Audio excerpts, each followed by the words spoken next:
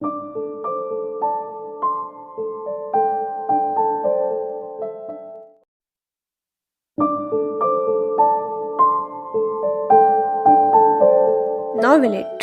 کس جہاں کا زر لیا، مصنفہ عمیرہ احمد۔ کس جہاں کا زر لیا۔ آپ نے کبھی سوچا ہے دنیا میں کچھ چیزیں ایسی ہوتی ہیں جنہیں ہم روپے سے خرید نہیں سکتے، جنہیں دعائیں بھی ہمارے پاس نہیں لا سکتی؟ اور آپ نے کبھی یہ سوچا ہے کہ بعض دفعہ وہ چیزیں ہی ہماری پوری دنیا ہوتی ہیں؟ دل کی دنیا تو کیا، زمین پر انسان دل کی دنیا کے بغیر رہ سکتا ہے؟ آپ کو پتہ ہے میں پچھلے 30 سال سے اس دنیا میں رہ کر دل کی دنیا کے بغیر اس سوال کا جواب ڈھونڈنے کی کوشش کر رہا ہوں۔ آپ مجھے نہیں جانتے، بعض دفعہ تعارف کی ضرورت بھی تو نہیں ہوتی، بعض دفعہ شاید کسی چیز کی بھی ضرورت نہیں ہوتی، بس دل چاہتا ہے دنیا میں غار حرا جیسی خاموشی ہو اور ہم اپنے اندر کو باہر لے آئیں۔ میں جانتا ہوں آپ یہ سوچ رہے ہوں گے کہ میری زندگی میں کوئی کمی ہے، کوئی چیز ہے جو میرے پاس نہیں ہے، میری کوئی تمنا ہے جو پوری نہیں ہوئی۔ یہ بھی ہو سکتا ہے کہ آپ سوچ رہے ہوں گے میں محبت میں ناکامی کا شکار ہوا ہوں۔ کیا آپ کو یقین آئے گا کہ ایسا کچھ بھی نہیں ہے؟ میرے پاس سب کچھ ہے، ہر وہ چیز جس کی آپ تمنا کر سکتے ہیں۔ جسمانی خوبصورتی، 1 عدد ڈگری، 8-10 بڑی بڑی فیکٹریز، ہر ملکی اور غیر ملکی بینک میں لمبا چوڑا بینک بیلنس، 3 جوان خوبصورت تعلیم یافتہ اور فرمانبردار بیٹے، اور 4-5 شاندار گھر۔ محبت میں بھی کسی ناکامی سے دوچار نہیں ہوا۔ میں نے جس سے محبت کی اسی سے شادی کی۔ شادی کے 30 سال بعد بھی میری بیوی مجھ سے اسی طرح محبت کرتی ہے جس طرح پہلے کرتی تھی۔ آج بھی میری ہر بات اس کے لیے فرمان کا درجہ رکھتی ہے۔ آج بھی اسے میرے علاوہ کوئی اور نظر نہیں آتا۔ پھر بھی پتہ نہیں میں خوش کیوں نہیں ہوں۔ عجیب بات ہے نا، مگر میرے ساتھ ایسا ہی ہے۔ اب شاید آپ یہ سوچ رہے ہوں گے کہ میں کسی بیماری کا شکار ہوں یا پھر یہ سب کسی ڈپریشن کے ذریعے اثر لکھ رہا ہوں۔ آپ اب بھی غلط ہیں۔ میں جسمانی اور ذہنی دونوں طرح سے تندرست ہوں۔ کم از کم ہر ماہ ملک کے سب سے بہترین ہاسپٹل میں ہونے والا میرا چیک اپ یہی بتاتا ہے۔ میں ہفتے میں 3 بار گولف کھیلتا ہوں، 2 بار سوئمنگ کے لیے جاتا ہوں۔ شام کو گھر کے قریبی پارک میں 1 گھنٹہ کی واک بھی ضرور کرتا ہوں۔ کسی بھی شخص کو ذہنی اور جسمانی طور پر تندرست رکھنے کے لیے اتنا کافی نہیں ہے کیا؟ مجھے معلوم ہے اب آپ مجھے قنوتی یا تاریخ دنیا قسم کا شخص سمجھ رہے ہوں گے، کوئی انٹروورٹ ٹائپ۔ ایسا بھی نہیں ہے۔ میری ہر شام کسی نہ کسی فنکشن میں ہی گزرتی ہے، کبھی وہ گھر پر ہوتا ہے، کبھی کلب میں، اور کبھی اپنی کمیونٹی کے کسی دوسرے شخص کے ہاں۔ میں اس لحاظ سے بھی بہت سوشل ہوں۔ ایک اچھی اور پرسکون زندگی گزارنے کے لیے جتنے لوازمات کی ضرورت ہوتی ہے وہ میرے پاس ہیں، پھر بھی پتہ نہیں میں کیوں خوش نہیں ہوں۔ 1 منٹ، اب میں آپ سے کچھ غلط بیان نہیں کر رہا۔ مجھے پتہ ہے میں خوش کیوں نہیں ہوں، مگر 30 سال بعد کسی کو اپنی ناخوشی کی وجہ بتانا کچھ عجیب نہیں ہے؟ کم از کم مجھے تو بہت عجیب لگ رہا ہے۔ کیا آپ کو یقین آئے گا کہ پچھلے 30 سال میں ہر روز چند گھنٹے ایسے ضرور ہوتے ہیں جب مجھے اپنا وجود کسی ٹھنڈی قبر میں اترتا ہوا محسوس ہوتا ہے۔ جیتے جی قبر میں اترنا کوئی آسان کام نہیں ہوتا، اور پھر ہر روز۔ مگر بہت سی چیزیں آپ کے اختیار میں نہیں ہوتی، آپ چاہیں بھی تو بھی۔ خیر چھوڑیں اس تذکروں کو۔ میں دوبارہ قبر میں اترنا نہیں چاہتا۔ میں جانتا ہوں اس وقت آپ میں کچھ ایسے لوگ ہوں گے جو مجھے ناشکرا سمجھ رہے ہوں گے۔ ہو سکتا ہے آپ کی تشخیص ٹھیک ہو، شاید مجھے یہی بیماری لاحق ہے، اور یہ بھی تو ہو سکتا ہے کہ آپ میں سے کچھ لوگ یہ سمجھ رہے ہیں تو ٹھیک سمجھ رہے ہیں، مگر میں ابھی تک یہ طے نہیں کر پایا کہ کیا میں واقعی کسی پچھتاوے کا شکار ہوں۔ نہیں، آپ غلطی پر ہیں۔ اگر آپ یہ سوچ رہے ہیں کہ میں کوئی متقی آدمی ہوں جس کی زندگی میں کوئی غلط کام ہوتا ہے اور نہیں کوئی پچھتاوا، میرے شش و پنج کی وجہ یہ نہیں ہے۔ میں تو صرف یہ سوچ رہا ہوں کہ پچھتاوا تو باضمیر لوگوں کا ہوتا ہے۔ کیا میں اتنا باضمیر ہوں کہ مجھے پچھتاوا ہونے لگے گا؟ اور کیا پچھتاوا کسی چیز کی تلافی کر سکتا ہے؟ آپ تلافی کے لفظ کو ایک بار پھر پڑھیے۔ میں تلافی کی بات کر رہا ہوں، تلافی۔ میرا دل چاہتا ہے میں ایک بار ملیحہ سے یہ سوال پوچھوں، کیا کوئی چیز اس کے نقصان کی تلافی کر سکتی ہے؟ کیا کوئی چیز اس کے زیاں کا مداوع کر سکتی ہے؟ کیا کوئی چیز اس کے زخموں کے لیے مرہم بن سکتی ہے؟ کیا میرا کوئی عمل ببول کے ان کانٹوں سے اس کے وجود کو نجات دلا سکتا ہے جو میری وجہ سے اسے گرفت میں لیے ہوئے ہیں؟ میں جانتا ہوں آپ سوچ رہے ہوں گے کہ میں اگر ملیحہ سے یہ سوال کرنا چاہتا ہوں تو کرتا کیوں نہیں؟ مجھے کس چیز نے روک رکھا ہے؟ سوال کرنے کے لیے اس شخص کے سامنے ہونا ضروری ہے۔ میں جانتا ہوں آپ کے دل میں خیال آیا ہوگا کہ سامنے ہوئے بغیر بھی کسی دوسرے شخص کے ذریعے یہ سوال پوچھا جا سکتا ہے۔ مگر پھر یہ ضروری ہوتا ہے کہ اس دوسرے شخص کو اس بندے کا پتہ ہو جس سے آپ سوال کر رہے ہیں؟ اب آپ یہ سوچ رہے ہوں گے کہ رابطے کی ایک صورت تحریری بھی تو ہوتی ہے، میں خط کے ذریعے بھی تو سوال کر سکتا ہوں۔ آپ ٹھیک سوچ رہے ہیں، مگر خط لکھنے کے لیے بھی تو اس شخص کا پتہ چاہیے ہوتا ہے، اور میرے پاس ملیحہ سے رابطے کا کوئی ذریعہ نہیں ہے۔ میں نہیں جانتا وہ کہاں ہے، کس حال میں ہے، زندہ بھی ہے یا… میں ہمیشہ اس لفظ کی جگہ خالی رکھتا ہوں، اس طرح مجھے چند لمحے سانس لینے میں آسانی رہتی ہے۔ میں جانتا ہوں آپ یہ جاننے کے لیے بےتاب ہو رہے ہیں کہ ملیحہ کون ہے، میرا اس کے ساتھ کیا رشتہ ہے، مجھ سے کون سی غلطی ہوئی، مجھے کس بات کا پچھتاوا ہے، میں اس کے اتے پتے سے لا علم کیوں ہوں۔ میرے پاس ان میں سے کسی سوال کا بھی جواب نہیں ہے۔ وہ کون تھی، میرا اس کے ساتھ کیا رشتہ تھا، مجھ سے کیا غلطی ہوئی تھی، مجھے کس بات کا پچھتاوا ہے۔ میں پچھلے 30 سال سے انہی سوالوں کا جواب تلاش کرنے کی کوشش کر رہا ہوں، اور 30 سال گزرنے کے باوجود میرے پاس ایک بھی سوال کا جواب نہیں ہے۔ بعض لوگ دوسروں کی زندگی میں غلط مواقع پر آتے ہیں، جیسے ملیحہ میری زندگی میں غلط موقع پر آئی تھی۔ بعض لوگ ساری عمر صحیح چیزیں چنتے چنتے بس ایک بار غلط چیز کا انتخاب کرتے ہیں، اور یہ غلطی ان کی باقی ساری زندگی کا روگ بن جاتی ہے، جیسے ملیحہ نے کبھی میرا انتخاب کیا تھا۔ لوگ اکثر کہتے ہیں خود غرض لوگوں کی خود غرضی ان کے چہرے پر عیاں رہتی ہے۔ مجھے حیرت ہوتی ہے، ملیحہ کو 30 سال پہلے میرے چہرے پر یہ خود غرضی نظر کیوں نہیں آئی؟ میرا انتخاب کرنے سے پہلے اسے میرا چہرہ پڑھنا چاہیے تھا، غور کرنا چاہیے تھا کہ وہ اپنی زندگی کے لیے کس چیز کا انتخاب کر رہی ہے۔ پتہ نہیں اس نے ایسا کیوں نہیں کیا، اور مجھے 30 سال سے یہی چیز پریشان کر رہی ہے کہ آخر اس نے ایسا کیوں کیا۔ میں جانتا ہوں اب تک آپ کے ذہنوں کے اندر سوالوں کا جواب بھاٹا اٹھ رہا ہوگا۔ آپ پریشان نہ ہو، میں آپ کو سب کچھ بتا دوں گا، کم از کم وہ سب کچھ جس کا تعلق میری ذات سے ہے۔ میں نے اپنا بچپن بہت غربت میں گزارا تھا، 2 بہنوں اور 2 بھائیوں میں سب سے بڑا تھا۔ میرے والد ایک فیکٹری کے سپروائزر تھے، انہوں نے ہمیشہ حلال کی کھانے اور کھلانے کی کوشش کی۔ نتیجہ وہی ہوا جو ایسی صورت میں ہوتا ہے، ہم سے بہن بھائیوں کی فرسٹریشن میں بہت اضافہ ہو گیا۔ ہمارے گھر کے اندرونی اور بیرونی حالت ہر ایک سے چلا چلا کر کہتی تھی کہ وہ رزق حلال کا نتیجہ ہے، اور یہ حالت بہت سے لوگوں کو بہت کچھ کہنے پر مجبور کر دیتی۔ گھر میں سب سے بڑا میں تھا، اس لیے مجھ پر ذمہ داریاں بھی سب سے زیادہ تھی۔ بچپن سے ہی مجھے بہت سے ایسے چھوٹے موٹے کام کرنے پڑے جس سے گھر کے اخراجات پورے کرنے میں مدد ملتی، چوڑیوں اور مہندی کے سٹالز لگانے سے لے کر ٹیوشن پڑھانے تک۔ یونیورسٹی پہنچنے تک میں نے ہر کام کیا۔ محنت کی عظمت کا تو خیر کیا اندازہ ہوتا، مجھے دولت کی عظمت کا بخوبی اندازہ ہو گیا تھا۔ میں اکنامکس کا اسٹوڈنٹ تھا، مجھ سے زیادہ اچھی طرح سے معاشیات کے اصولوں سے کون واقف ہو سکتا تھا۔ میں ان دنوں ہر کیلکولیشن اپنے لیے کرتا تھا، کون سی چیز میرے لیے فائدہ مند ہو سکتی ہے، کون سی نقصان دہ، کون سی چیز اچھی ہوگی، کون سی بری، کون سی چیز ضروری ہے، کون سی ثانوی۔ میں ان دنوں زندگی کے لیے اپنے فارمولے نکالنے میں مصروف تھا۔ مجھے یہ کہنے میں کوئی یاد نہیں کہ میں مکمل طور پر مادہ پرست بن چکا تھا۔ نہیں، میرا خیال ہے مکمل طور پر نہیں، لیکن بڑی حد تک۔ اصل میں یونیورسٹی پہنچتے پہنچتے میں اگر اپنے لیے زندگی کا لائحہ عمل طے کر چکا تھا تو دوسری طرف شہلا کی محبت میں بھی بری طرح گرفتار ہو چکا تھا۔ اور جو لوگ اس مادہ پرست دنیا میں بھی محبت کرتے ہیں وہ مکمل طور پر تو کبھی بھی مٹیریلزم کا شکار نہیں ہو سکتے۔ میں جانتا ہوں آپ کو میرے لفظوں پر اعتبار نہیں آ رہا ہوگا، لیکن یہ سچ ہے۔ میں نے زندگی میں شہلا سے بڑھ کر کسی کو نہیں چاہا، حتیٰ کہ دولت کو بھی نہیں۔ عجیب بات ہے نا؟ پہلے لوگ محبت میں تقابل کرنے کے لیے کہا کرتے تھے میں نے اپنی ماں سے بڑھ کر کسی کو نہیں چاہا، یا گھر والوں سے بڑھ کر، یا اولاد سے بڑھ کر، اور میں کہہ رہا ہوں کہ میں نے شہلا کو دولت سے بھی بڑھ کر چاہا، کیونکہ اس وقت میرے پاس دولت نہیں تھی، اور نہیں دور دور تک اس کے حاصل ہونے کا امکان تھا۔ پھر ایک دم ہی دولت بھی نظر آنے لگی، اور اسے حاصل ہونے کا امکان بھی۔ عجیب بات ہے نا؟ میں نے آپ کو شہلا کے بارے میں تو بتا دیا، لیکن یہ نہیں بتایا کہ وہ کون ہے، محبت کے علاوہ میرے اس سے کیا رشتہ ہے، اور ہم دونوں کی آپس میں محبت کیسے ہوئی۔ شہلا میری خالہ کی بیٹی تھی، اس کا گھر ہمارے گھر سے چند قدموں کے فاصلے پر تھا۔ بچپن سے ہی ہم دونوں گھروں کا آپس میں بہت میل ملاپ تھا، بلکہ شاید حد سے بھی زیادہ۔ وجہ رشتہ داری سے زیادہ غربت تھی۔ ظاہر ہے جب گھر میں چیزیں کم ہوں تو ان کے حصول کے لیے کہیں نہ کہیں تو جانا ہی پڑتا ہے۔ میری طرح وہ بھی 3 بہنوں اور 2 بھائیوں میں سب سے بڑی تھی۔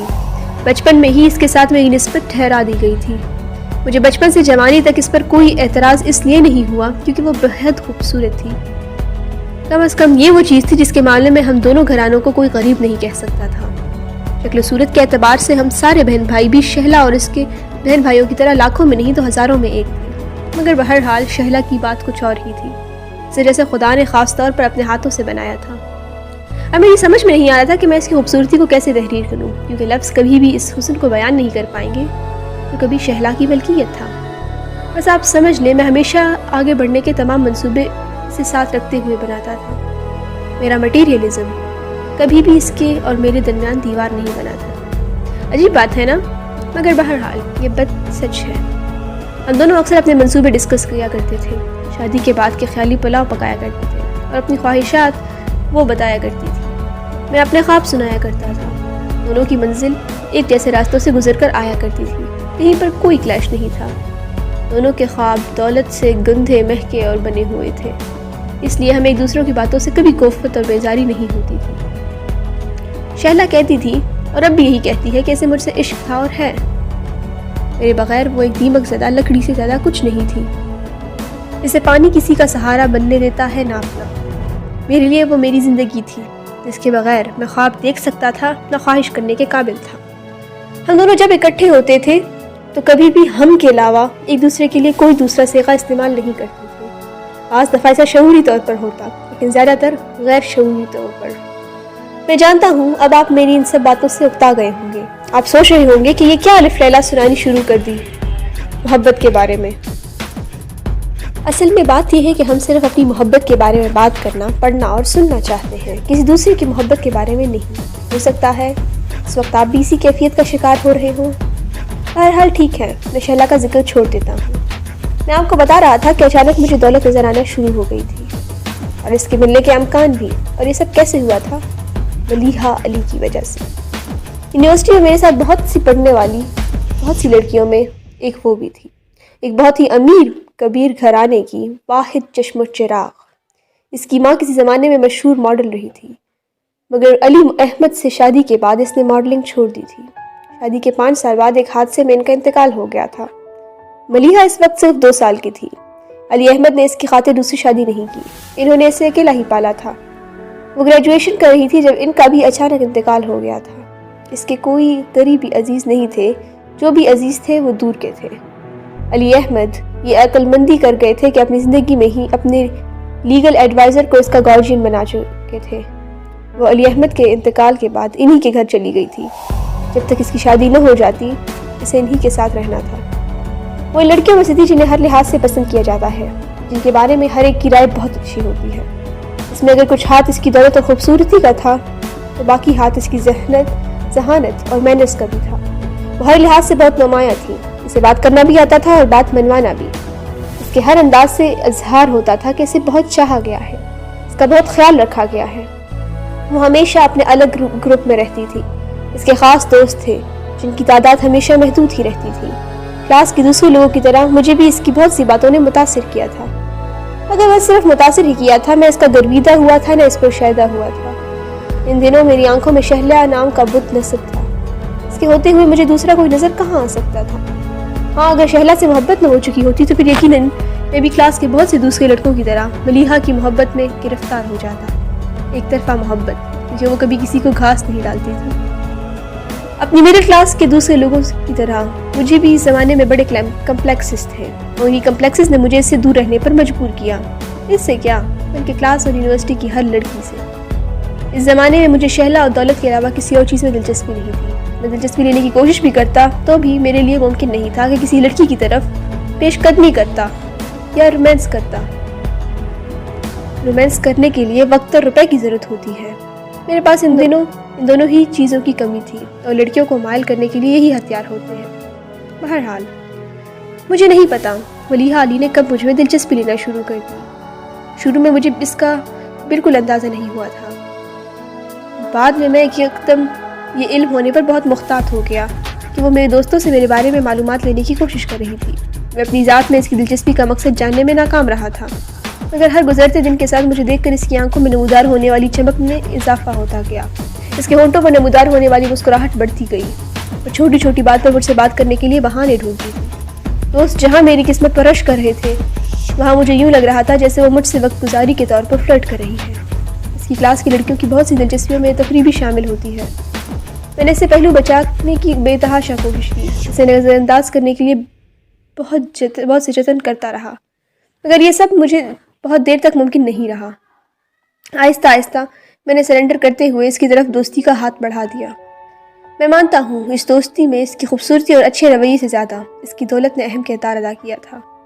کون تھا جو ایک امیر و کبیر لڑکی کی قربت نہیں چاہتا؟ جو نہیں چاہتا وہ صرف احمق ہی ہو سکتا ہے، اور میں بہرحال احمق نہیں تھا۔ اس کی دوستی نے میرے بہت سے مسائل حل کرنے شروع کر دیے تھے، جیسے ٹرانسپورٹ کا مسئلہ۔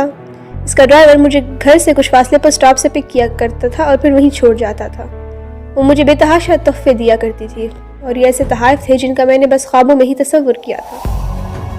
اس کے ساتھ دوستی کے صرف 6 ماہ بعد میرے صندوق میں رکھے ہوئے تمام ملبوسات میں سے کوئی بھی میرا ذاتی خریدا ہوا نہیں تھا۔ یہی حال جوتوں کی اس لمبی قطار کا تھا جو میری چرپائی کے نیچے دھرے تھے۔ میرے گھر میں پرفیومز، گھڑیوں، گلاسز، ٹائی پنس اور کف لنکس جیسی چیزوں کا بھی ایک انبار لگ گیا تھا۔ میں جانتا ہوں اب آپ سوچ رہے ہوں گے کہ اس کے بدلے میں نے اسے کیا دیا۔ آخر تحائف کے بدلے میں کچھ نہ کچھ تو دیا ہی جاتا ہے۔ میں نے بھی بہت دفعہ اسے چھوٹے موٹے تحائف دینے کی کوشش کی، مگر ہر بار اس نے انکار کر دیا۔ وہ ہر بار ایک ہی جملہ کہتی، تم سے تحفہ نہیں کچھ اور لینا ہے، مگر ابھی نہیں، کچھ عرصے کے بعد۔ میں ہر بار اس کے جملے پر غور ہی کرتا رہتا جاتا، مگر کبھی بھی اس کے اصلی مفہوم کو نہ جان پایا۔ شہلا کو میں نے اس دوستی سے بے خبر رکھا، اپنے گھر والوں کی طرح جنہیں میں یہی کہا کرتا تھا کہ یہ سب تحائف مجھے میرے دوست دیتے ہیں۔ شروع کے چند بار کے سوا مجھے پھر کبھی لمبی چوڑی وضاحتوں کی ضرورت نہیں پڑی۔ شہلا کو میں نے اس لیے ملیحہ کے بارے میں نہیں بتایا کہ خواہ مخواہ حسد کا شکار ہوگی، کہ میرے دل میں ملیحہ کے لیے کوئی خاص قسم کے جذبات نہ تھے۔ میں جانتا ہوں، یہ جان کر آپ مجھے بہت کمینہ اور گھٹیا سمجھیں گے کہ ملیحہ سے میری دوستی صرف تحائف بٹورنے کے لیے تھی۔ آسائشیں کس کو اچھی نہیں لگتی، خاص طور پر اگر وہ پہلے کبھی نہ ملی ہو۔ تو پھر اگر میں ان ترغیبات کا شکار ہو گیا تو اس میں میرا کیا قصور تھا؟ بہرحال میں نے بہت دیر تک ملیحہ کے وجود سے گھر والوں اور شہلا کو بے خبر رکھا، اور شاید ہمیشہ ہی رکھتا اگر ملیحہ نے اس دن وہ سب نہ کہا ہوتا۔ اس دن یونیورسٹی سے واپسی پر وہ گاڑی خود ڈرائیو کرتے ہوئے مجھے راوی کے کنارے لے آئی تھی۔ بہت دیر تک ہم دونوں باتیں کرتے رہے، موسم کی، یونیورسٹی کی، کلاس فیلوز کی، اسٹوڈنٹس کی، اسٹڈیز کی، گھر والوں کی۔ وہ بہت عجیب سے موڈ میں تھی، پتہ نہیں اس دن اسے اپنے ماں باپ کی اتنی بہت سی باتیں یاد کیوں آ رہی تھی۔ ماں کے بارے میں اس نے سب کچھ باپ سے سنا تھا، مگر وہ اس کے بارے میں یوں بات کرتی جیسے یہ سب اس کے سامنے ہوا تھا۔ میں خاموشی اور کسی قدر اکتاہٹ کے عالم میں اس کی باتیں سن رہا تھا جب اس نے اچانک کہا تھا، پتہ ہے فاروق، مجھے ہمیشہ یہ لگتا تھا کہ مجھے کبھی کسی سے محبت نہیں ہوگی، میں چاہوں بھی تو نہیں، مگر پھر بس میں نے تمہیں دیکھ لیا۔ وہ چپ ہو گئی، یہ ہکا بکا تھا۔ اس نے پہلی بار مجھ سے محبت کا اظہار کیا، اور وہ بھی یوں کھلم کھلا۔ میری سمجھ میں نہیں آیا میں کیا کروں، کیا کہوں۔ اس نے ایک نظر میرے چہرے پر دوڑائی، پھر ایک مسکراہٹ اس کے چہرے پر نمودار ہوئی۔ میں جانتی تھی تم یہ بات سن کر بہت حیران ہوگے، مگر یہ سچ ہے، مجھے تم سے واقعی محبت ہے۔ کیا تم یقین کرو گے کہ میں سارا دن گھر جانے کے بعد اس انتظار میں گزارتی ہوں کہ کب اگلی صبح آئے اور کب میں یونیورسٹی میں تم سے ملوں۔ میں یونیورسٹی صرف تمہارے لیے آتی ہوں۔ جس دن تم وہاں آنا چھوڑ دو گے وہ میرا بھی یونیورسٹی میں آخری دن ہوگا۔ میرے حواس تب تک بالکل معطل ہو چکے تھے، میں جیسے سکتے کے عالم میں تھا اور وہ بولتی جا رہی تھی۔ پھر اس نے کہا، فاروق احمد، میں تم سے شادی کرنا چاہتی ہوں۔ میں اپنی ساری زندگی تمہارے ساتھ گزارنا چاہتی ہوں، صرف تمہارے ساتھ۔ کیا تم مجھ سے شادی کرو گے؟ اس نے پہلی بار بات کرتے ہوئے بڑی لہجاجت سے میرے ہاتھ پر اپنا ہاتھ رکھ دیا۔ میری سمجھ میں نہیں آیا کہ میں اسے کیا جواب دوں۔ اس وقت میرے سامنے صرف ایک ہی چہرہ تھا، شہلا کا چہرہ، اور وہ چہرہ میری ساری زندگی تھی۔ ملیحہ، اب میں اس بارے میں کچھ نہیں کہہ سکتا، میں نے اس بارے میں کچھ سوچا ہی نہیں، پر بہت سی ذمہ داریاں ہیں مجھ پر۔ میری شادی کا تو ابھی دور دور تک کوئی امکان نہیں۔ میں نہیں جانتا اسے صاف صاف انکار کرنے کے بجائے میں نے اسے یہ سب کیوں کہا۔ میرے ہاتھ پر اسی گرفت اور سخت ہو گئی۔ میں جانتی ہوں تم پر ذمہ داریاں ہیں، مگر میرے پاس بہت کچھ ہے، وہ سب کچھ تمہارا ہے، تم جس طرح چاہو اسے استعمال کرنا، مجھے اعتراض نہیں ہوگا۔ مجھے صرف تمہاری ضرورت ہے، تمہارا ساتھ چاہیے۔ میں کچھ بول نہیں سکتا، جانتا تھا اس کے پاس کیا کیا ہے، مجھے اس کیا کیا کی بہت ضرورت تھی۔ ایک گہرا سانس لے کر میں نے اپنی آنکھیں بند کر لی تھی۔ اس کا ہاتھ ابھی بھی میرے ہاتھ پر تھا، اور مجھے وہ ہاتھ سونے کا محسوس ہو رہا تھا۔ ان دونوں ہی چیزوں کی کمی تھی، اور لڑکیوں کو مائل کرنے کے لیے یہی ہتھیار ہوتے ہیں۔ میں نے اس سے آس دلائی تھی، نہ مایوس کیا تھا، بس پھندا گلے میں ڈال کر اسٹول پر کھڑا کر دیا تھا۔ فاروق، تمہیں یا تمہارے والدین کو مجھ سے کبھی کوئی شکایت نہیں ہوگی، میں ان سب کو اپنا سمجھوں گی۔ ان سے بہت محبت کروں گی. تمہیں یا انہیں اپنے انتخاب پر کبھی پچھتانا نہیں پڑے گا. میں نے اسے پہلی بار ایک ہلکی سی مسکراہٹ سے نوازا تھا. میں جانتا ہوں، دیکھوں گا کیا ہو سکتا ہے. میں نے زندگی میں آج تک کسی کو اتنا خوش نہیں دیکھا تھا جتنا اس ایک جملے پر ملیحہ کو دیکھا تھا. ہم وہاں سے واپس آ گئے. اس رات میں سویا نہیں. دولت آ کر میرے کمرے کی دہلیز پر رک گئی تھی. مجھے اسے صرف اندر لے کر آنا تھا، اور اگر کوئی یہ سب کرنے سے روک رہا تھا تو وہ شہلا کا وجود تھا. میں اس کے بغیر رہ نہیں سکتا تھا. واقعی اس کے بغیر نہیں رہ سکتا تھا، مگر مجھے دولت کی بھی ضرورت تھی. میں جیسے ایک دوراہے پر آ کر کھڑا ہو گیا تھا. ملیحہ کے باپ کا ایک ٹیکسٹائل مل تھی. اس شادی کی صورت میں اس مل کا مالک ہوتا اور میرے ہاتھ جیسے الادین کا چراغ آ جاتا. میں اپنی بہنوں کی شادی کر سکتا تھا، اپنے بھائی کو اچھے مقام پر پہنچا سکتا تھا، اپنے ماں باپ کو تمام آسائشیں دے سکتا تھا، اور اس کے بدلے مجھے صرف شہلا سے دور ہونا تھا، اور یہ قیمت میں ادا نہیں کر سکتا تھا.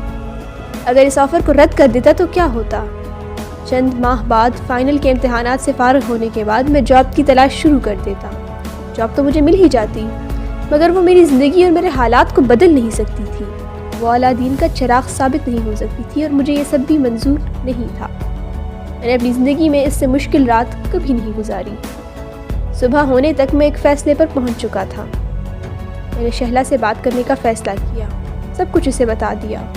وہ بہت دیر تک سکتے کے عالم میں رہی، اور پھر یوں جیسے اسے میری باتوں پر یقین ہی نہیں آیا. پھر تم کیا کرو گے؟ بہت دیر بعد اس نے مجھ سے پوچھا. میں نے آہستہ آہستہ اسے اپنے فیصلے سے آگاہ کیا تھا. وہ جیسے پتھر کا بت بن گئی. میرے بہت روکنے کے باوجود پھر وہاں نہیں رکی تھی. میں جانتا تھا میں نے اس کے دل کا خون کیا ہے، مگر زندگی میں بعض دفعہ آپ کو آگے بڑھنے کے لیے بہت کچھ کرنا پڑتا ہے. کئی دن میں کوشش کرنے کے باوجود بھی شہلا سے نہیں مل سکا تھا. وہ مجھ سے ملنے پر تیار ہی نہیں تھی، مگر ایک دن بہرحال میری منت سماجت رنگ لے آئی تھی. میں نے اس کے سامنے اپنی مجبوریوں کا لمبا چوڑا نقشہ کھینچ دیا تھا، اور وہ مان گئی. عورت کی سب سے بڑی خوبی اور خامی یہی ہوتی ہے کہ وہ مان جاتی ہے. بہرحال اس کے بعد ملیحہ سے شادی میں مجھے زیادہ عرصہ نہیں لگا تھا. چند ہفتوں میں نے اپنے ماں باپ کو بنا لیا تھا، اور اس کام میں بھی اہم کردار شہلا نے ادا کیا تھا. فائنل کے امتحانات سے فارغ ہوتے ہی میری اور ملیحہ کی شادی طے ہو گئی تھی. علیم صاحب ملیحہ کے گارجین تھے، اور انہوں نے میرے بارے میں خاصی تحقیق و تفتیش بھی کی تھی، مگر پھر ملیحہ کے حق میں اپنا ووٹ ڈال دیا تھا. ہماری شادی بہت دھوم دھام سے ہوئی تھی، مگر اس شادی پر ملیحہ کے علاوہ در حقیقت کوئی بھی خوش نہیں تھا. میں خوش نظر آنے کی ایکٹنگ کر رہا تھا. خوش نظر آنا میرے والدین اور گھر والوں کی مجبوری تھی، اور علیم صاحب کی ضرورت، کیونکہ وہ آگے بھی فیکٹری کے معاملات اپنے ہاتھوں میں رکھنا چاہتے تھے. مگر میں اتنا احمق نہیں تھا. شادی کے دوسرے ہفتے میں نے فیکٹری کا کام سنبھال لیا، اور جو پہلا کام میں نے فیکٹری سنبھالنے کے بعد کیا تھا وہ علیم صاحب کی بجائے ایک دوسرے لیگل ایڈوائزر کی خدمات لینا تھا. علیم صاحب نے اس پر احتجاج کرنے کی کوشش کی تھی، مگر یہ ساری کوششیں ملیحہ نے بیکار بنا دی تھی. اس نے بنا چوں چرا کے میرے ہر فیصلے کو قبول کیا تھا. میرے لیے ملیحہ کی طرفداری علیم صاحب کو پسند نہیں آئی تھی، اور انہوں نے ہمارے گھر آنا جانا بند کر دیا. میں یہی تو چاہتا تھا. ملیحہ کے اصرار کے باوجود میں اپنے گھر والوں کو اس کے گھر نہیں لایا تھا، بلکہ ان کے لیے میں نے ایک الگ بنگلہ کرائے پر لے لیا تھا. میں نہیں چاہتا تھا کہ بھولے سے بھی کبھی ملیحہ کو میرے اور شہلا کے سابق رشتے کے بارے میں پتہ چل سکے، اور گھر والوں کے ہوتے ہوئے اس قسم کی غلطیوں کا بہت امکان تھا. ملیحہ ہر لحاظ سے بہت عجیب لڑکی تھی. میں نے کبھی تصور نہیں کیا تھا کہ وہ اس قدر تابعدار قسم کی بیوی ثابت ہو سکتی ہے، مگر وہ تھی. آپ شاید ہنس پڑیں، لیکن یہ سچ ہے کہ میں اگر دن کو دن کہتا تو وہ بھی یہی کہتی، اگر رات کو بھی دن ہی کہتا تو بھی اسے میری صداقت پر یقین رہتا. بعض دفعہ مجھے یوں محسوس ہوتا جیسے میں اس کی ذات، اس کے وجود کا مرکز ہوں، اور میں یہی چاہتا تھا. کچھ چیزیں انسان کو بنا مانگے ملتی ہیں، وہ بھی میرے لیے ایسی ہی ایک چیز تھی. شادی کے 2 ماہ کے اندر میری دونوں بہنوں کی نسبتیں بہت اچھے گھرانوں میں طے ہو گئی تھی، اور اس میں بھی بڑا ہاتھ ملیحہ کا تھا. اگلے 3 ماہ میں اپنی بہنوں کے فرض سے سبکدوش ہو گیا تھا. شادی کی تقریبات کا سارا انتظام ملیحہ کے ہاتھ میں تھا، اور اس نے روپیہ پانی کی طرح بہایا تھا. ضرورت کی کوئی ایسی چیز نہیں تھی جو میری بہنوں کی کے جہیز میں نہیں تھی، اور میں یہی چاہتا تھا. شادی کے 6 ماہ گزر جانے کے بعد فیکٹری مکمل طور پر میرے ہاتھ میں تھی، لیکن میرے نام نہیں تھی، اور ابھی یہ سارے چیکس ملیحہ ہی سائن کرتی تھی۔ اگرچہ اس نے کچھ اکاؤنٹس میرے نام پر بھی کھلوا دیے تھے، مگر میرے لیے کافی نہیں تھے۔ میں ہر چیز پر اپنا تسلط چاہتا تھا، صرف اپنا تسلط، اور میں واضح طور پر اسے یہ سب کہہ کر خود سے برگشتہ کرنا نہیں چاہتا تھا۔ اس لیے اس کے سامنے ہمیشہ میں یہی ظاہر کرتا جیسے میں نے فیکٹری صرف اس کی وجہ سے سنبھالی ہوئی ہے، ورنہ مجھے اس میں کوئی دلچسپی نہیں ہے، اور وہ اس احسان عظیم کے لیے میری مشکور رہتی۔ میں مختلف فرضی اخراجات کے لیے اس سے لمبے چوڑے چیک سائن کرواتا رہتا، اور وہ رقم میرے اکاؤنٹ میں منتقل ہوتی رہتی، لیکن اتنا روپے بھی مجھے تسلی نہیں دے پا رہا تھا۔ ابھی بہت کچھ تھا جو مجھے کرنا تھا، اور بہت کچھ تھا جس کی مجھے ضرورت تھی، اور ہاں، کچھ چیزیں ایسی تھیں جو اس کی موجودگی میں نہیں ہو سکتی تھی، مگر خیر، میں چیزوں کو بہت اچھی طرح سے پلان کیا کرتا تھا، اور یہ ہمیشہ سے ہی میری ایک خوبی رہی ہے۔ مجھے نہیں پتا علیم صاحب کو کب اور کس طرح مجھ پر شبہ ہوا، اور کب انہوں نے ملیحہ سے ملاقاتیں شروع کی اور میرے بارے میں اس کے کان بھرنا شروع کیے۔ مجھے شبہ نہیں ہوا، مگر ان دنوں اچانک اس کا رویہ بہت عجیب ہو گیا تھا۔ وہ بہت کنفیوز سی رہتی تھی، بعض دفعہ میری باتوں سے اختلاف بھی کرتی تھی۔ میں چونک گیا تھا۔ میں نے آپ کو بتایا نا کہ میں بہت اچھی پلاننگ کرتا ہوں۔ میں نے اسے کھل کر بات کی تھی۔ اس نے وہ ساری باتیں کہہ ڈالی جو علیم صاحب نے میرے بارے میں اسے بتائی تھی۔ میری ساری باتوں کے جواب میں ترپ کا پتہ استعمال کیا اور اس سے کہا کہ اگر اسے مجھ پر شک ہے تو میں اسے طلاق دے کر ابھی چھوڑ دیتا ہوں۔ مجھے کچھ اور کہنے، کچھ اور کرنے کی ضرورت ہی نہیں پڑی۔ وہ بچوں کی طرح بلکتی ہوئی مجھ سے لپٹ گئی تھی۔ میں نے سکون کا سانس لیا۔ اس کا اعتماد ایک بار پھر میں نے جیت لیا تھا، اور اب مجھے اپنی پلاننگ کے مطابق منصوبے کے دوسرے حصے پر کام کرنا تھا۔ منصوبے کا دوسرا حصہ قدرے مشکل تھا، اور یہ مشکل صرف ایک باضمیر انسان کے لیے ہوتی۔ چنانچہ مجھے یہ مشکل نہیں ہوئی۔ میں نے اسے سلو پوائزننگ کرنا شروع کر دیا تھا۔ دیکھیں، میں جانتا ہوں اس وقت آپ میں سے کچھ کا سانس خلق میں اٹک گیا ہوگا، کچھ مجھے گالیاں دے رہے ہوں گے، مگر میں کیا کر سکتا ہوں؟ اس وقت ملیحہ سے چھٹکارا پانے کا کوئی اور طریقہ میرے پاس تھا ہی نہیں۔ علیحدگی اختیار کرتا تو میں عرش سے فرش پر آ گرتا، اس لیے میں نے اس وقت جو ٹھیک سمجھا وہ کیا۔ وہ بڑے ناز و نام میں پلی تھی، بہت جلد اس کی ہمت جواب دے گئی۔ میں ہر بار اس کی طبیعت خراب ہونے پر یوں ظاہر کرتا جیسے میں بہت پریشان ہوں، اور پھر خود ہی اسے میڈیسن وغیرہ لا دیتا۔ میں کسی طرح سے بھی یہ رسک نہیں لے سکتا تھا کہ وہ ڈاکٹر کے پاس جائے اور وہاں چیک اپ میں یہ بات سامنے آ جائے کہ اسے سلو پوائزننگ کی جا رہی ہے۔ جب افاقہ نہ ہونے پر اس نے ڈاکٹر کے پاس جانے پر زیادہ اصرار کیا تو میں ایک فرضی ڈاکٹر گھر بھی لے آیا۔ اس نے جو میڈیسنز اس کے لیے تجویز کی، میں نے انہی کو اپنے مقصد کے لیے استعمال کرنا شروع کر دیا۔ میں منتظر تھا وہ ذہنی طور پر کولیپس کرے اور میں فیکٹری اپنے نام لگوانے کی کوششیں شروع کروں۔ جسمانی طور پر اگرچہ وہ بہت کمزور ہو گئی تھی، مگر ابھی تک ذہنی طور پر اس کی صلاحیتیں برقرار تھیں۔ انہی دنوں فیکٹری کے کسی کام کے لیے مجھے 2 ہفتے کراچی جانا پڑا۔ میں نے کوشش کی تھی کہ منصوبے کے اس اہم مرحلے پر مجھے اس طرح غائب نہ ہونا پڑے، لیکن مجھے جانا ہی پڑا۔ 2 ہفتے کے بعد جب میں واپس آیا تو وہ بستر پر پڑی ہوئی نہیں ملی۔ اس کی صحت پہلے سے بہتر ہو چکی تھی، وہ گھر میں چل پھر رہی تھی۔ میں بے تحاشا فکر مند ہو گیا تھا، لیکن میں نے یہ ظاہر کیا تھا کہ اس کی صحت کی بحالی پر مجھے بہت خوشی ہوئی ہے۔ اس نے میرے کسی بات پر کوئی تبصرہ نہیں کیا، بس یک ٹک مجھے گھورتی رہی تھی۔ مجھے اس کی خاموشی سے کچھ خوف آیا۔ اس سے پہلے کہ میں کچھ کہتا، اس نے میرے ہاتھ سے بریف کیس اور کوٹ پکڑ لیا اور اندر بیڈ روم میں چلی گئی۔ تم چینج کر لو، میں کھانا لگواتی ہوں۔ وہ کمرے سے یہ کہہ کر نکل گئی۔ بظاہر یہ بہت سادہ سا جملہ تھا، مگر اس وقت اس کے منہ سے یہ سادہ نہیں لگا تھا۔ اس وقت کوئی بہت عجیب سی بات تھی اس کے لہجے میں۔ میں سر جھٹکتے ہوئے باتھ روم میں چلا گیا۔ وہاں ہمیشہ کی طرح میرے کپڑے ہینگر میں لٹکے ہوئے ملے تھے۔ میں نے اپنے ذہن سے خدشات کو نکالنے کی کوشش کی۔ اس شام پہلی بار ہم دونوں نے مکمل خاموشی کے عالم پہ کھانا کھایا۔ میں وقتاً فوقتاً اس خاموشی کو توڑنے کی کوشش کرتا رہا، مگر وہ ایک لفظی جواب دے کر اس خاموشی کو قائم رکھتی رہی۔ کھانا کھانے کے بعد ہم دونوں بیڈ روم میں آ گئے تھے۔ میں اس وقت بیڈ پر لیٹ رہا تھا جب اس نے مجھ سے کہا تھا، مجھے تم سے کچھ باتیں کرنی ہیں۔ میں اس کی بات پر چونک گیا تھا۔ وہ بیڈ کے سامنے پڑے صوفے پر بیٹھ گئی تھی۔ کمرے میں کچھ دیر خاموشی رہی۔ بعض دفعہ خاموشی میں طوفان ہوتے ہیں۔ اس کا اندازہ مجھے اس گفتگو سے شروع ہونے سے پہلے ہوا۔ میں 2 سال کی تھی جب میری امی کی ڈیتھ ہو گئی۔ میں ماں نام کی کسی چیز، کسی رشتے سے شناسہ نہیں رہی۔ میں نے اپنا سارا بچپن تنہائی میں گزارا ہے۔ تنہائی انسان میں بہت سی خواہشات پیدا کرتی ہے۔ میں بھی بہت سی چیزوں کی تمنا کرنے لگی۔ تنہائی آپ کو خواب بننا سکھا دیتی ہے۔ میں نے بھی بہت سے خواب بن لیے تھے۔ مجھے یقین تھا ساری عمر میں صرف خواب نہیں بنوں گی۔ ایک وقت آئے گا جب میری زندگی میں ایک ایسا شخص ہوگا جو مجھے بہت چاہے گا، میری اتنی پرواہ کرے گا کہ مجھے کبھی دوبارہ تنہا بیٹھ کر خواب بننا نہیں پڑیں گے۔ میں 19 سال کی تھی جب پاپا کی ڈیتھ ہوئی۔ میرا یقین اور گہرا ہو گیا۔ جب اندھیرا بہت گہرا ہو جائے تو پھر اس نے چھٹنا ہی ہوتا ہے۔ وہ اپنی ہتھیلیوں پر نظریں جمائے اس طرح بول رہی تھی جیسے وہ کوما میں ہو۔ میں اس کا چہرہ دیکھتا رہا جو اس وقت جھکا ہوا تھا۔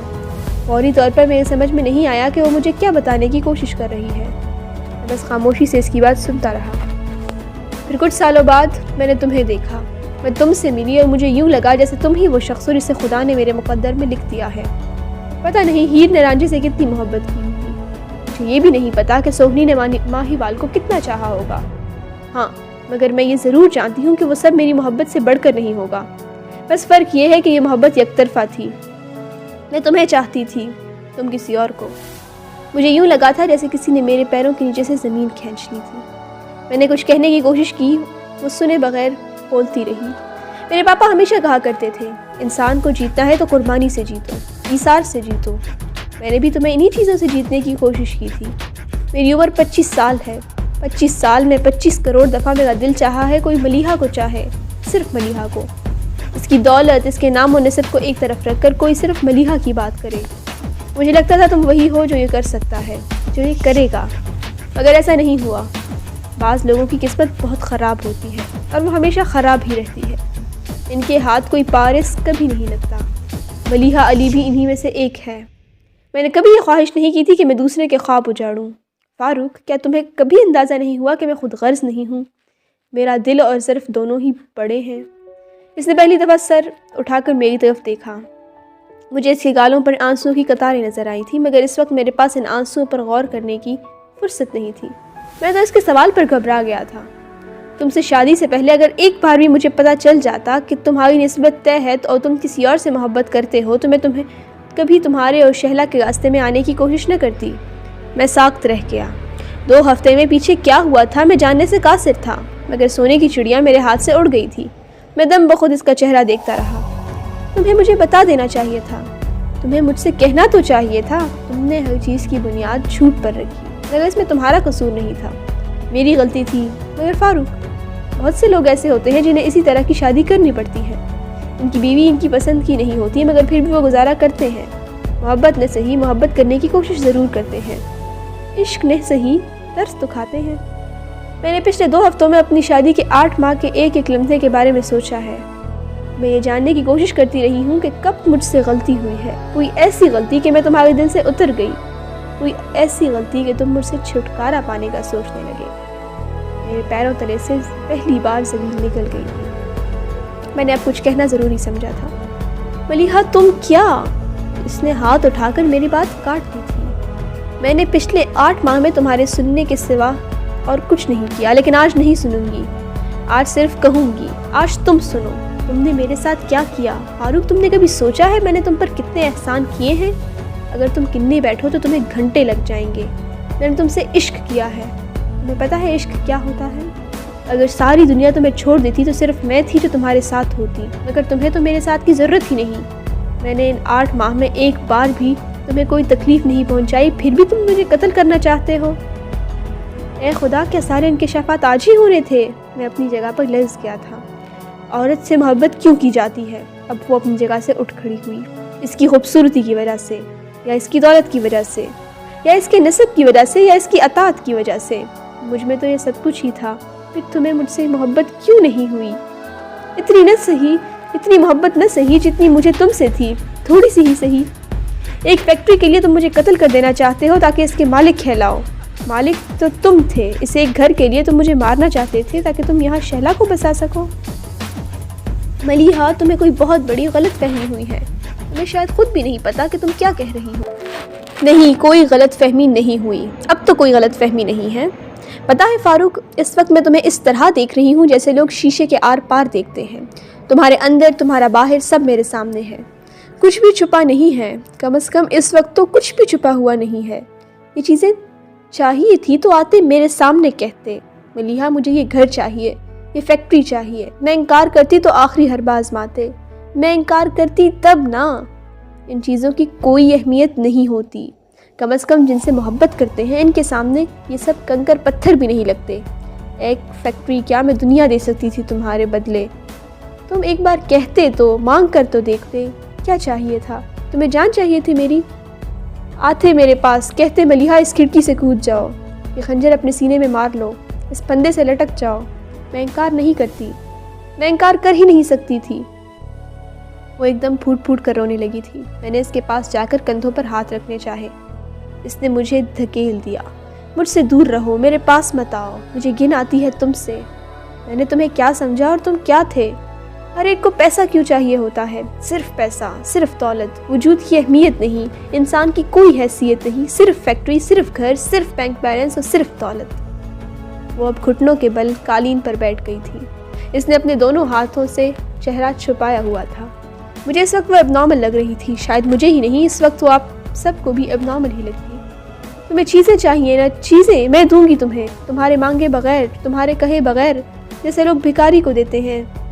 یہ دیکھو پیپرز، میں نے سب کچھ تمہارے نام کر دیا ہے، یہ فیکٹری، یہ گھر، اپنی ساری جائیداد، سارے اکاؤنٹ، سب کچھ۔ وہ ایک دم کہتے ہوئے الماری کی طرف گئی اور اس نے کاغذات کا ایک ڈھیر میری طرف اچھال دیا تھا۔ میں دم بخود تھا، کیا خدا اتنا مہربان ہو سکتا ہے؟ اس وقت میرے دل میں پہلا خیال یہی آیا تھا، اور اس سب کے بدلے مجھے تم سے بس ایک چیز چاہیے، صرف ایک چیز، چھٹکارا، طلاق، ابھی اور اسی وقت اس کاغذ پر۔ سارے کاغذات اچھالنے کے بعد وہ ایک آخری کاغذ ہاتھ میں لے کر میرے پاس آئی تھی اور سائڈ ٹیبل پر رکھا ہوا قلم میرے ہاتھ میں تھما دیا تھا۔ میں چند لمحے اس کے چہرے کو دیکھتا رہا تھا، پھر میں نے اس کے ہاتھ سے قلم اور کاغذ پکڑ لیا تھا۔ سائڈ ٹیبل پر کاغذ رکھ کر میں نے طلاق نامہ لکھ دیا تھا۔ میں جانتا ہوں آپ مجھ پہ لعنت بھیج رہے ہوں گے، لیکن میں نے کیا غلط کیا؟ اگر خدا پلیٹ پہ رکھ کر مجھے کچھ دے رہا تھا تو میں انکار کیوں کرتا؟ آپ میں سے کتنے ایسے ہیں جو ایسی صورتحال میں انکار کرتے ہوں گے؟ میں نے کاغذ کو سائڈ ٹیبل پر ہی رہنے دیا تھا۔ سیدھا کھڑے ہوتے ہوئے میں نے پلٹ کر اس کے چہرے کو دیکھا تھا۔ آپ یقین کریں، زندگی میں پہلی دفعہ میں نے کسی کی آنکھوں کو دھواں بنتے دیکھا تھا۔ چند سیکنڈز وہ پھلکے جھپکائے بغیر میرے چہرے کو دیکھتی رہی، پھر آگے بڑھ کر اس نے وہ کاغذ اٹھا لیا تھا۔ اس نے وہ کاغذ اپنی مٹھی میں بھینچ لیا، پھر قالین پر الٹے قدموں چلتی ہوئی وہ دروازے تک گئی تھی اور جوتا پہنے بغیر نکل گئی تھی۔ میرا خیال تھا وہ جانے سے پہلے کچھ کہے گی، اس نے کچھ نہیں کہا تھا۔ مجھے اس وقت وہ اب نارمل لگی تھی، پتہ نہیں کیوں، لیکن چند لمحوں کے لیے میں اس کے پیچھے آیا تھا۔ وہ ننگے پاؤں تیزی سے سیڑھیاں اترتی جا رہی تھی۔ میں نے اسے آواز دینے کی کوشش نہیں کی، بس دیکھتا رہا۔ وہ لاؤنج کا دروازہ کھول کر میری نظروں سے اوجھل ہو گئی۔ میں تیزی سے اپنے کمرے میں آ گیا۔ کھڑکی کے پردے ہٹا کر میں نے باہر جھانکا۔ گیٹ پر جلنے والی لائٹس میں وہ اسی طرح تیز قدموں سے گیٹ کی طرف جا رہی تھی۔ پھر میں نے ایک چوکیدار کو گیٹ کھولتے اور اسے گیٹ سے نکلتے دیکھا تھا، اور پھر وہ میری نظروں سے اوجھل ہو گئی تھی۔ اس کے بعد میں نے اسے دوبارہ کبھی نہیں دیکھا۔ آپ نہیں جانتے اس کے جانے کے بعد میرا پہلا احساس کیا تھا؟ خوشی کا، بے تحاشا خوشی کا۔ میرا دل چاہ رہا تھا میں رقص کروں، کہے لگاؤں، چیخوں، چلاؤں۔ میں قتل جیسے بڑے گناہ سے بچ گیا تھا۔ میں نے وہ سب کچھ بھی حاصل کر لیا تھا جس کی خاطر میں نے ملیحہ کو مارنے کی کوشش کی تھی۔ پہلا فون جو میں نے کیا تھا وہ شہلا کو تھا۔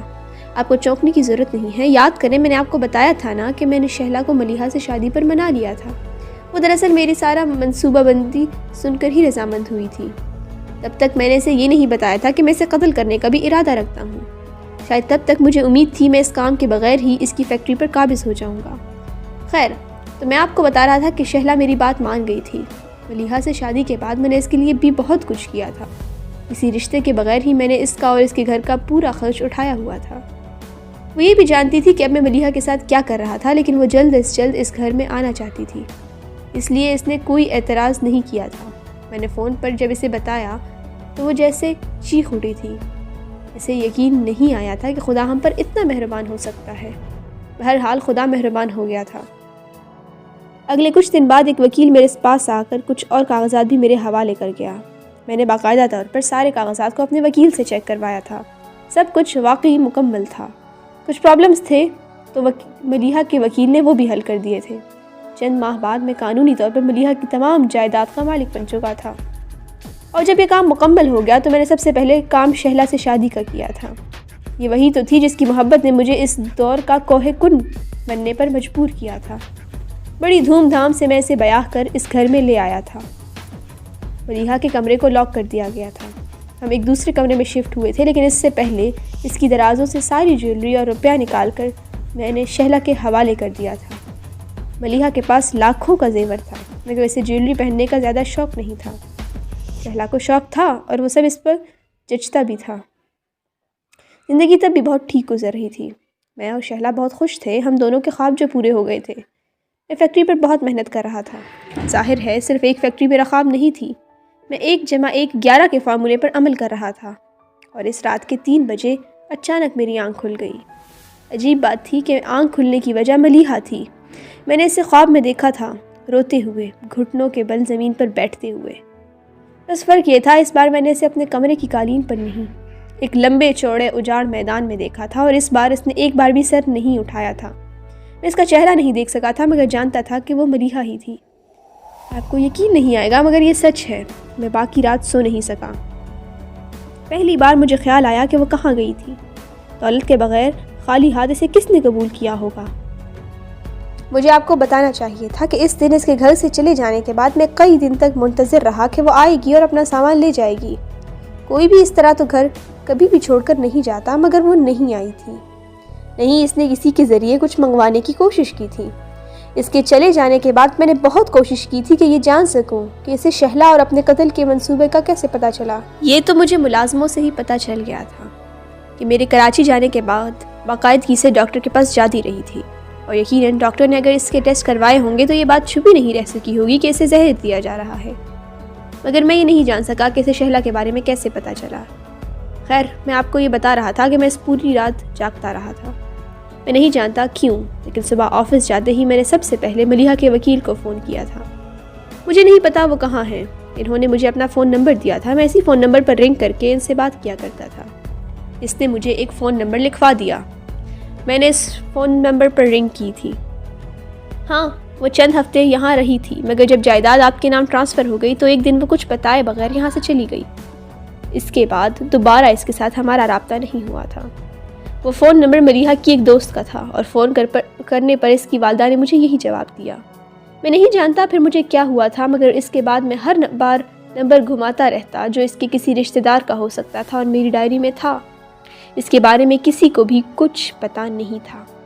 مجھ سے شادی سے پہلے وہ رشتہ داروں کی کچھ زیادہ قریب نہیں تھی، اور شادی کے بعد تو بالکل ہی کٹ کر رہ گئی تھی، اور اب جب وہ خالی ہاتھ تھی تو ان لوگوں کے پاس کیسے جا سکتی تھی، یا اگر چلی بھی جاتی تو وہ اسے کیسے رکھ سکتے تھے؟ مگر پتہ نہیں کیوں مجھے آس تھی۔ اگلے کئی ہفتوں میں اس کے بارے میں کچھ جاننے کے لیے پورا شہر پھرتا رہا۔ مجھے کچھ بھی پتہ نہیں چلا تھا، وہ اپنی دوست کے علاوہ کسی اور کے پاس گئی ہی نہیں تھی۔ پھر میں نے اس کی تلاش ختم کر دی تھی، مگر اس رات سے لے کر 30 سال تک کبھی ایسا نہیں ہوا کہ میں رات کو سلیپنگ پلز لیے بغیر سویا ہوں۔ مجھے اس سے محبت نہیں تھی، کبھی بھی نہیں تھی۔ جب وہ میرے پاس تھی تو مجھے صرف شہلا کا خیال آیا کرتا تھا، اور جب وہ چلی گئی تو میں اس کے ایلوژن میں گرفتار ہو گیا تھا۔ مجھے پتہ نہیں چلتا اور وہ میرے اور شہلا کے درمیان آ جاتی۔ مجھے پتہ نہیں چلا اور میں شہلا کے چہرے پر اس کے چہرے کو تلاش کرنے لگا۔ ملیحہ بہت عجیب تھی۔ بعض دفعہ وہ مجھے رات کے 2 بجے اٹھا دیتی۔ میرا دل چاہتا تھا میں تم سے بات کروں فاروق۔ پہلے جب میں رات کو کبھی اس طرح اچانک بیدار ہوتی تو ایسا کوئی نہیں ہوتا جس سے میں بات کر سکتی، مگر اب تم ہو تو پھر میں تم سے بات کیوں نہ کروں؟ وہ آنکھیں بند کیے میرے کندھے پر سر رکھے بولے جاتی، اور میں دل ہی دل میں اس طرح نیند خراب ہونے پر پیچتاب کھائے جاتا۔ ہر بار جب شہلا میرے کندھے پر سر رکھتی تو مجھے ملیحہ یاد آ جاتی، اور پھر شہلا کہیں غائب ہو جاتی تھی۔ جب ملیحہ کو مجھ پر بہت پیار آتا تو وہ میرا دایاں ہاتھ پکڑ لیتی، پھر وہ سارا وقت وہی ہاتھ پکڑ کر بات کرتی رہتی۔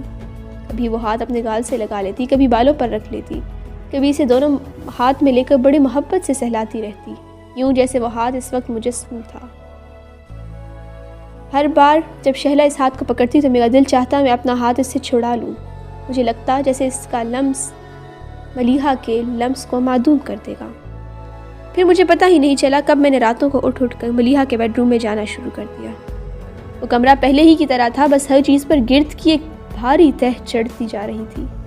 میں جب بھی رات کے پچھلے پہر وہاں جاتا چیزوں کو ہی صاف کرتا رہتا، اس وقت میں جیسے اپنے آپ میں نہیں ہوتا تھا۔ عجیب بات ہے نا، مگر یہ سب سچ ہے، مگر مجھے وہاں نہیں جانا چاہیے تھا، کبھی بھی نہیں۔ اگر وہاں نہ جاتا تو اس رات مجھ پر وہ ہولناک انکشاف بھی نہ ہوتا۔ بعض لوگوں کو تقدیر مارتی ہے، بعض کو وہ خود۔ میرا خیال ہے میں ان لوگوں میں سے ہوں جنہوں نے خود اپنے آپ کو مارا ہے۔ پتہ نہیں بات کہاں سے کہاں نکل جاتی ہے۔ میں آپ کو اس انکشاف کے بارے میں بتا رہا تھا، ہولناک انکشاف کے بارے میں۔ اس رات ہی میں اس کے کمرے میں ڈریسنگ ٹیبل کے دراز کھول کر چیزوں کو ترتیب دینے میں مصروف تھا جب میرے ہاتھ کچھ کاغذ لگے تھے۔ مجھے انہیں دیکھنا نہیں چاہیے تھا۔ میں نے دیکھے وہ کچھ رپورٹس تھی جن سے ظاہر ہو رہا تھا کہ اس کے خون میں اس خاص قسم کے زہر کے اثرات تھے جو میں اسے دیے جا رہا تھا۔ ان رپورٹس میں کچھ اور بھی تھا۔ وہ پریگننٹ تھی۔ میں جانتا ہوں آپ ساخت ہو گئے ہوں گے۔ میں بھی اس رات اسی طرح سکتے میں آیا تھا اور آج 30 سال بعد تک یہ سکتہ اسی طرح قائم ہے۔ وہ رپورٹس انہی 2 ہفتوں میں بنوائی گئی تھی جب میں کراچی میں تھا۔ کوئی بے وقوف سے بے وقوف عورت بھی وہ نہ کرتی جو اس نے کیا تھا۔ مجھ سے طلاق لی یہ جانتے ہوئے بھی کہ وہ پریگننٹ تھی۔ ہر چیز میرے منہ پر مار دی اور پھر کسی نام و نشان کے بغیر دنیا میں غائب ہو گئی تھی۔ یقیناً آپ بھی ایسی کسی احمق عورت کو نہیں جانتے ہوں گے۔ میں نے وہ رپورٹس وہیں رکھ دی تھی۔ آپ اندازہ کر ہی سکتے ہیں پھر میں نے کیا کیا ہوگا۔ میں نے اس ڈاکٹر سے رابطہ کیا جس نے وہ رپورٹس دی تھی۔ نہیں، یہ بس ایک بار ہی آئی تھی، پھر دوبارہ نہیں آئی۔ مجھے وہی جواب ملا تھا جس کا مجھے اندازہ تھا۔ پھر میں اسے ڈھونڈنے کے لیے جو کر سکتا تھا میں نے کیا تھا۔ آپ یقین کریں میں نے واقعی ہی اس کی تلاش کے لیے سب کچھ کیا تھا، سب کچھ، دعا بھی، مگر وہ نہیں ملی۔ میں نے دعا کی تھی وہ مل جائے۔ خدا میرے جیسے لوگوں کی دعا کبھی قبول نہیں کرتا، اس لیے وہ نہیں ملی۔ میں یہ جان گیا تھا مگر تب جب میں اس کے مل جانے کی دعا کر چکا تھا، ورنہ شاید میں اس کے نہ ملنے کی دعا کرتا۔ میں اس کے کمرے میں تب تک جاتا رہا جب تک شہلا کو علم نہیں ہوا، اور ایک رات میرے پیچھے آ گئی تھی۔ اس کے بعد میں دوبارہ اس کے کمرے میں نہیں گیا، کم از کم تب تک جب تک میں شہلا کے ساتھ اسی گھر میں رہا۔ 3 سال میں نے بہت ترقی کی ہے۔ ملیحہ کی فیکٹری کے علاوہ 7 اور فیکٹریاں لگا لی ہیں جن کے سامنے ملیحہ کی فیکٹری بہت چھوٹی اور معمولی لگتی ہے۔ اس شہر کے علاوہ چند اور شہروں میں بھی بہت شاندار بنگلے تعمیر کروا لیے ہیں جن کے سامنے اب ملیحہ کا بنگلہ ایک ڈروا لگتا ہے۔ ملیحہ کی فیکٹری اب منافع کم دیتی ہے مگر اس پر اخراجات زیادہ اٹھتے ہیں۔ میرے بیٹے چاہتے ہیں اس فیکٹری کو بند کر دیا جائے۔ میرے زندہ رہنے تک تو یہ نہیں ہو سکے گا۔ ملیحہ کا بنگلہ بہت پرانا ہو چکا ہے مگر میں نے وہاں کی ہر چیز محفوظ رکھی ہوئی ہے، بالکل اسی طرح جس طرح وہ ملیحہ کے زمانے میں تھی۔ نئے گھر میں شفٹ ہونے سے پہلے شہرا نے اصرار کیا تھا میں وہ گھر بیچ دوں۔ 30 سال کی ازدواجی زندگی میں ہمارے درمیان واحد جھگڑا اسی بات پر ہوا تھا۔ اس کے بعد کبھی کسی بات پر جھگڑا نہیں ہوا۔ شہلا نے دوبارہ کبھی وہ گھر بیچنے کے لیے نہیں کہا۔ شاید میں نے آپ کو یہ بات نہیں بتائی کہ میں ہر روز کچھ وقت کے لیے وہاں ضرور جاتا ہوں۔ گھر کے اندر نہیں جاتا، صرف باہر لان میں بیٹھ کر آ جاتا ہوں۔ اندر جانے سے بھلا کیا ہو سکتا ہے؟